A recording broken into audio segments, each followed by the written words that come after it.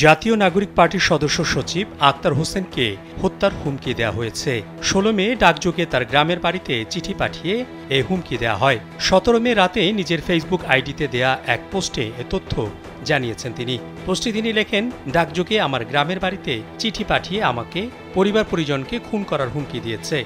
চিঠি যে পাঠিয়েছে তার ছদ্মনাম বুলেট। তিনি লেখেন, চিঠিটা ডাকপিয়ন তার বড় ভাইয়ের কাছে দিয়েছে। চিঠি পড়ার পর থেকে বাড়ির সবাই চিন্তিত হয়ে আছেন। যেখানে পাবে সেখানেই খুন করবে, ঝামেলায় ফেলবে এমন হুমকি। আক্তার লেখেন, বোনাস লাইফ লিড করছি। মৃত্যু কয়েকবার কাছে এসে ফিরে গেছে। মরতে হতে পারে জেনেও প্রতিবাদে পিছুপা হয়নি। কখনো হব না, ইনশাআল্লাহ, আল্লাহ ভরসা। স্যান্ডেলিনা সো, রূপচর্চায় আভিজাত্য।